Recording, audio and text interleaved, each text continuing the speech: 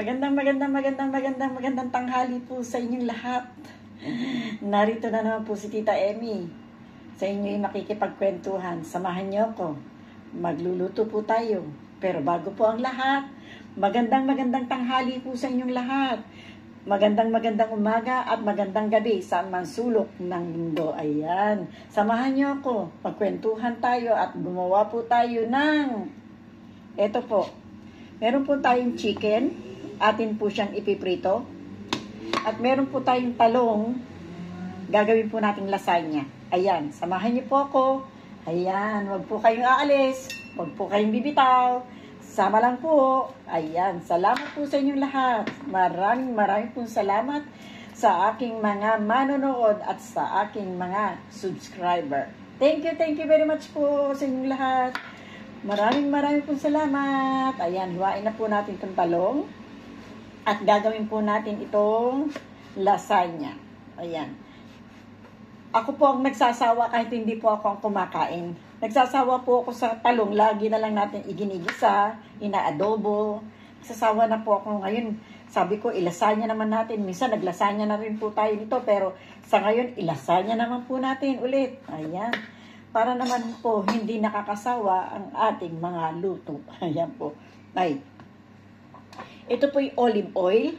Lagyan po natin ng olive oil. Itong ating bandeha o tray o ano man tawag po nito.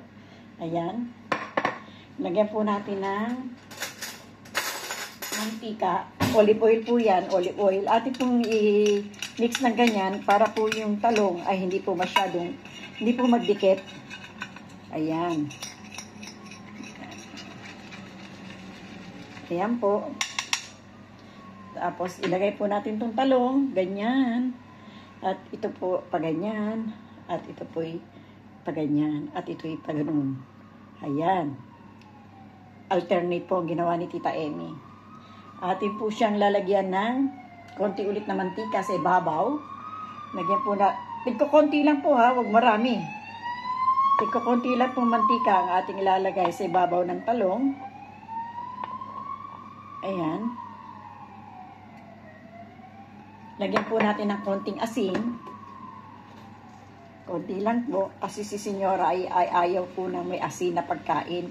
Pero kung naiisip ko po, paano po lalasa kung hindi naman po lalagyan ng asin? Yan po. Pero konting-konti na po nilagay ko. At baka tayo yung makapagalitan. Ayan. Lagyan po natin ng konti ring bawang. Bawang po na ito na powder. Ayan. Tigko-konti lang po. Yung malagyan lang ng kumbaga, maglasa lang po ng konti ba? Ayan. Luya. Lagyan po natin ng konting luya. Konti lang po rin. Konti lang din. Konti lang po yung mawisik-wisikan lang ng konti ba? Ang ating talong. Ayan. Sibuyas. Ayan. Lagyan po natin ng sibuyas. Malalaki po ang butas nitong sibuyas. Kaya kailangan mag-ingat-ingat po tayo at baka na may sumobra. Ayan. Yung maglasa lang po siya. Tapos, lagyan po natin siya ng pimienta. Naparami yung pimienta ko dun sa isa ay. Siguro naman hindi magagalit. Kunti lang naman po yun. Ang importante po yung meron. Ayan. At lalagyan po natin siya ng hamon. Hamon po ang ilalagay natin.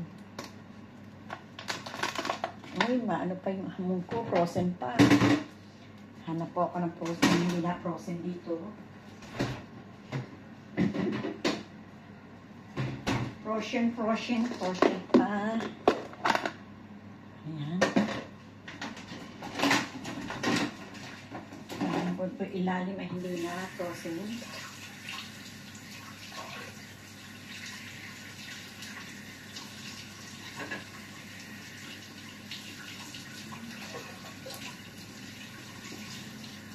Wait lang po ha.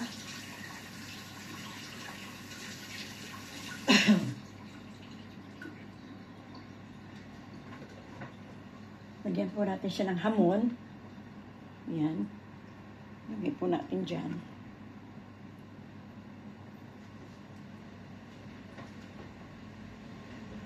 Ito po.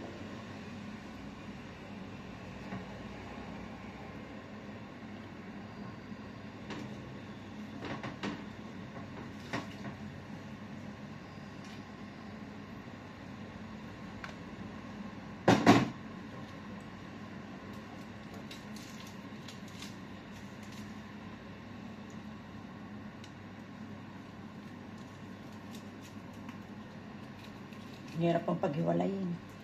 Medyo frozen po kasi na konti. Pero konti lang naman po.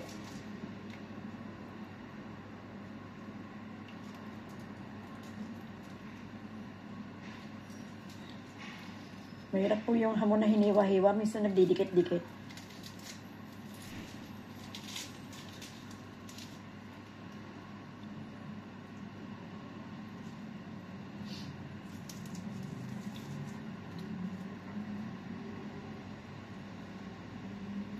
Yan po.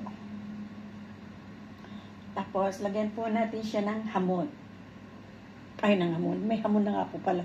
Emmy. Cuidado, Emmy, eh. Waan po natin siya ng kamatis. Lagay po natin sa ibabaw. Kasi ayaw ni Senyora ng tomato sauce. Gusto niya ng kamatis na presko ang ilalagay daw po. Imbis na haluan po natin siya ng, kasi lasagna nga po, lagyan natin tomato sauce na konti, yung parang salsa po. Pero ayaw po ni Senyora ng ganun. Gusto niya yung kamatis talagang natural ang ilalagay. Mas gusto raw niya po yung kamatis na nilalagay sa ibabaw. Mas nasasarapan daw po siya kasi yung tomato sauce po ang nilalagay ko. Yun po ang sabi sa akin. Yan, lagyan po natin ng kamatis sa bawat isa. Ayan. Yan po, lagyan po natin siya ng kamatis na ganyan. Yan po. Yan po natin siya ng kamatis.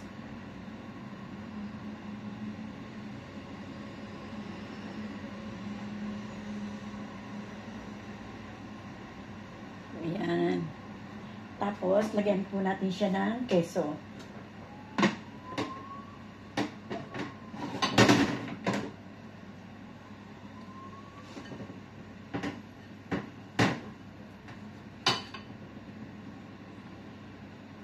Lalagyan po natin siya ng keso.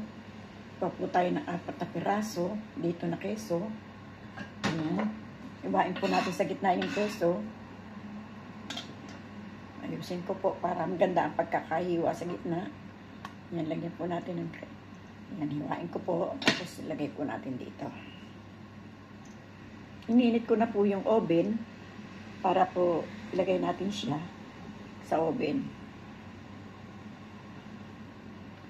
Ayan. Lagyan po natin siya ng kesong ganyan. Paborito po ni Senyora to. Yung ganitong ano. Gustong-gusto niya po ito. Yung talong na ginagawang lasagna. Gustong-gusto niya po yan. Pero gusto niyang hamon. Ayaw po niya ng giniling. Minsan po ginawaan ko siya. Ang inilagay ko po sa ibabaw ay giniling. Ayaw po niya. Nakakataba daw po. Sabi ko hindi naman nakakataba. Sabi niya yung nakakataba daw. Ay, di sige. Nakakataba. As, lagyan po natin ng mantika dito sa ibabaw. Ayan, ganyan. Para po na mamaluto yung talong. Kasi nga, wala siyang salsang liquid. E di yung mantika at saka yung kamatis po makakapagpaluto sa kanya. Ayan. Ganyan lang po ang gusto ni Senyora. Ayan. Tapos lagay na po natin sa oven na 180 po. Lagay natin sa kalahating oras. Lagay po ni Tita Emmy sa kalahating oras. Ay, kalahating oras. Ayan. Tapos ito naman pong manok. Lagyan po natin ng konting asin. Kasi nga hindi po sila masyado maasin dito. Yan, konti lang po. Lagyan ko ng konting sibuyas. Konti lang. Lagyan ko rin siya ng bawang. Ayan. Wait lang po, isindi ko lang po itong pirituhan ko. Para uminit po siya. Initin na po natin. Ayan. Ano ba yan? Ilagay na po na yan. Ayan po natin ng mga ganyan-ganyan. Mga anik-anik. Ayan. Ayan po natin ng paminta. Tapos haluin po natin ng konting ganyan. Para pumasok po yung lasa ng asin at saka ng lasa ng mga sibuyas, bawang, paminta. Ayan. Lagyan ko pa po na paminta. Lagyan ko pa po ng paminta durog. Mas tayo ng kamay ng konti. Ito po problema nito eh. Hindi po kasi nag-ano. Pag naglalabas. Lagi ko sinasabi na, senyora, bili mo naman ako ng pamintang yung durog na paminta. Sabi ko ganyan kasi nahirapan ako dito. Hindi naman po lumalabas. Sabi ko, hanggang ngayon po hindi ako ibinibili. Pero po pag napadaan ako sa grocery at ibinili ko siya ng gulay, minsan po bumibili ako ng paminta. Ayan. Kasi pa bakit tuwapon na naman? Ngayon ka, ayaw eh. Baka gumagana na itong isa. Baka po gumagana na itong isa.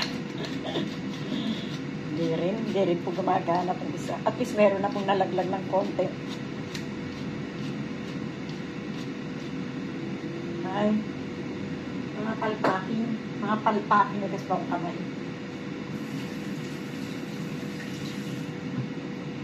Ayan po. Pero pwede na po yan. Meron na pong nalaglag na mga konti lang. Siguro mga 50 centimos 50 pa buba sa atin yung isang supot o piso na. Isang supot na ganun po ang nalaglag na. Ayan.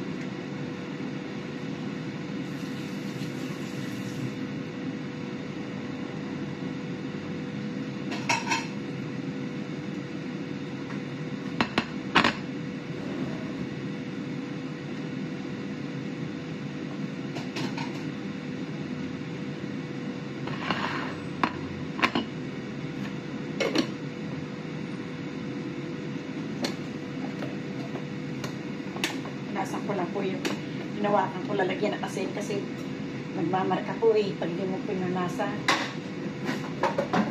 Nagmamarka po yung ating kamay.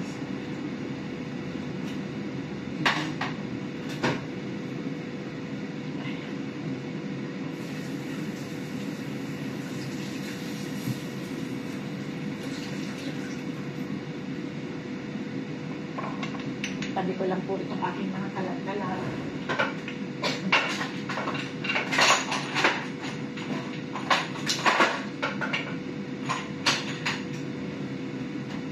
Ay, ganda naman.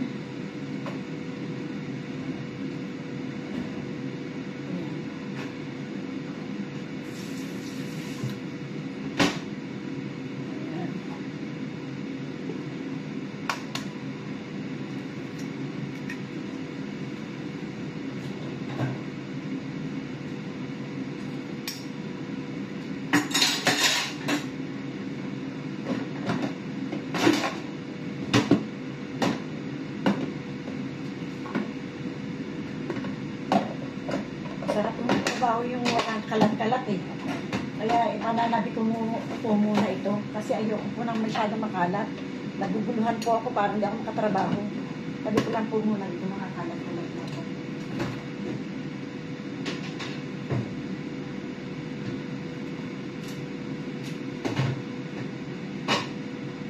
Inabi po natin yung ating ginamitan ng keso at saka hamon. Kasi syempre nasa Tupperware po yun. Eh, marami. May sobra. Tinago natin sa red. Kasi nahihirapan po ako magtrabaho ng galing kalat-kalat. Mas maganda kung magtrabaho ng walang kalat-kalat. Yan na. Tanggal na rin. Bawas-bawasan po ng konti ating mga kalat. Kasi dinadatnan po natin minsan na makalat na. Binanatan ko na po yung loob para sabi ko pag tapos po nitong magluto mamamlansya po kasi ako ang dami kong plansyahin dito rin po ako namamlansya sa kusina kaya mas mabuti ko pang inuna ko na yung loob bago ako magluto. Sabi ko mas mabuti pang unahin ko yung loob kaysa dito sa labas kasi nga po mamamlansya ako pagkatapos.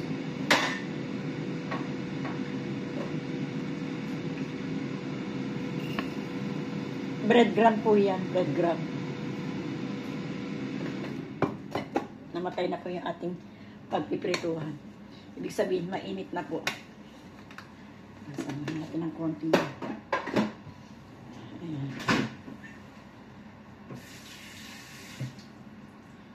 Ayan. Atin pong iprito ito.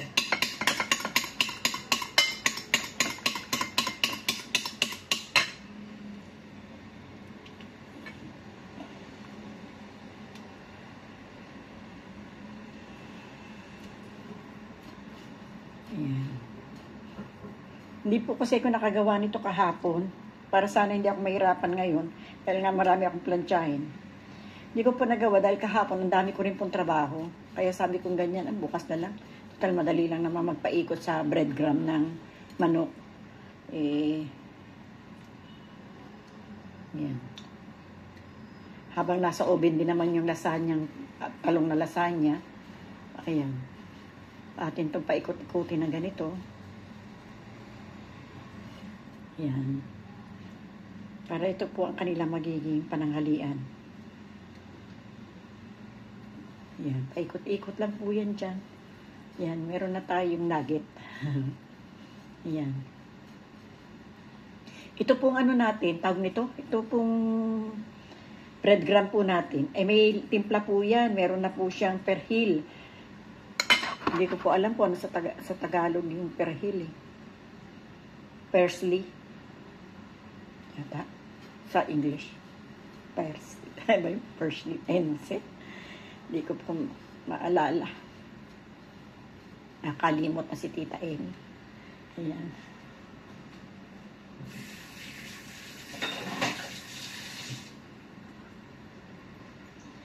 Ayan. Hugas ng kamay, Tita Amy. Ayan. Ilagay na po natin ngayon yan dito. Natin po siyang ipiprito. Yan po ang kanilang magiging pananghalian. Isa lang po kay Senyora rito eh. Tapos dalawa doon sa mag-ama. Kasi yung batang lalaki, ay baon. Ay naku, baon. Buti na lang, hindi ko pa na ano. Baon para bukas. Ayan. Nagawa pa pala ako ng baon. So, buti na lang naalala ko. Ewan ko kung di pa tawag na, frozen yung iwi ko. Kukunin ko pa pala yung iba. Ba yan? Titain.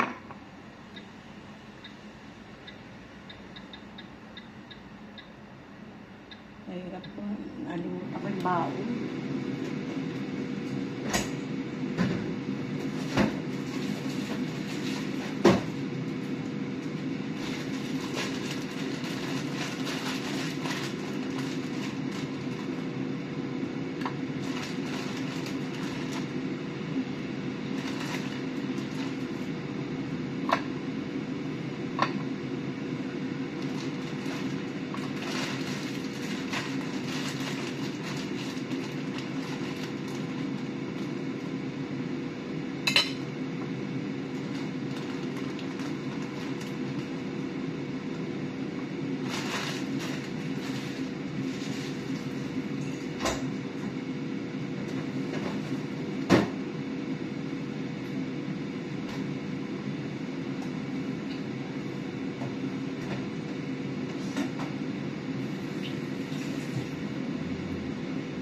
Nagtunas pa po ako ng libera, ng frigidaire. Kasi hawak tayo ng hawak sa frigidaire.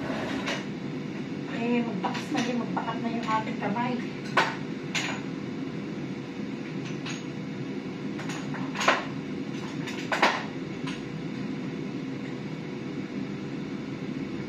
Lagyan ko po ng konting bawang. Lagyan ko po ng konting nito, luya. Ayan.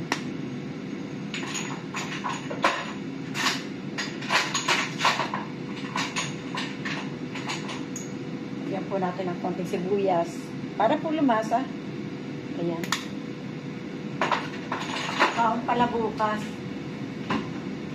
Yan na rin pong gagawin kong hapunan ng batang lalaki. Para hindi na po ako mag-isip pa ng iba. Lagyan natin ng konting asin. Ayan.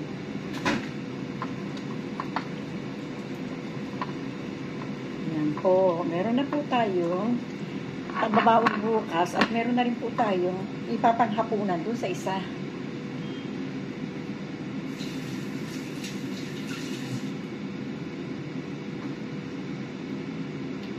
Yan. Pati pa po ako ng isang itlog. Walang yung itlog na yan. Yan.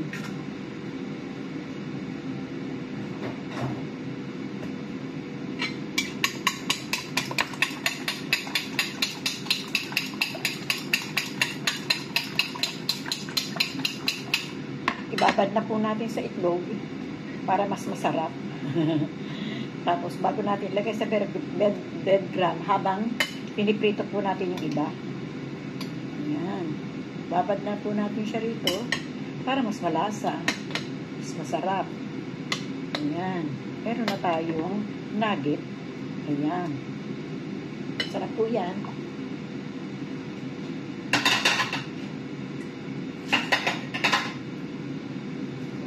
Dami na hugasan ni Tita Amy. Ay, daming-dami na ng hugasan ni Tita Amy. Dami na. Lagay ko na lang ng nilagay dito sa lababo yung aking hugasan. Isang tambak na po. Ayan. Nasa po natin po dito ng konti. Tapos, pag natapos yung una natin isinalang na prito, sunod po natin yung pangalawa.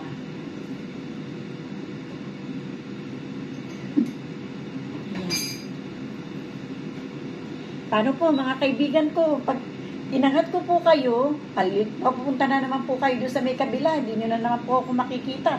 Hindi na naman po ako makakapagpaalam sa inyo na maayos. Kaya, ayun, isinalang na po natin yung lasagna.